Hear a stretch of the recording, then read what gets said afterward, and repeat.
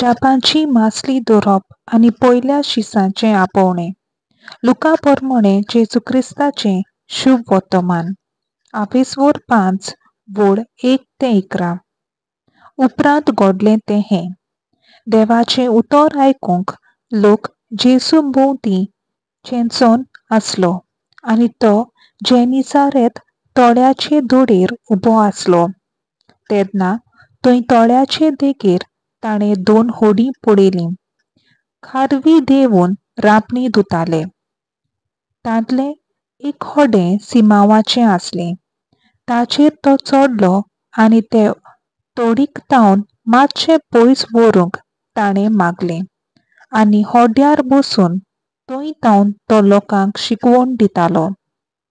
उलोवून जातच ताणें सिमावाक सांगलें, खोल उदकांत होडें भायर व्हर आनी मासली धरूंक तुमच्यो रांपणी घालात.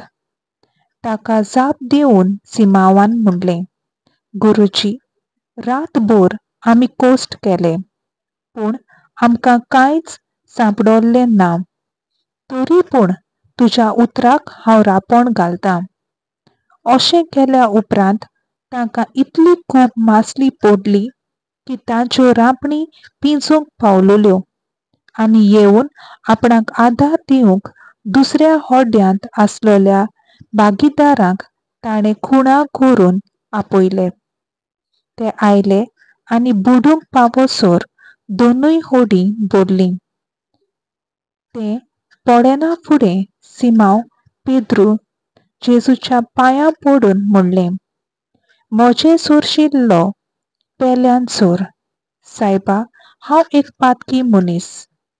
तो आनी ताचे बराबर आसले तितलेय पडलोली मासली पळेवून सारकेच तोताकले. तेच परी सिमावाचे भागीदार आसलोले ते जेबीदेवाचे पूत जाकोब आनी जुआंव आनी जेजून सिमावाक म्हणलें, भिवूं नाका. ह्या फुडें तूं मनशाक धरतलोय.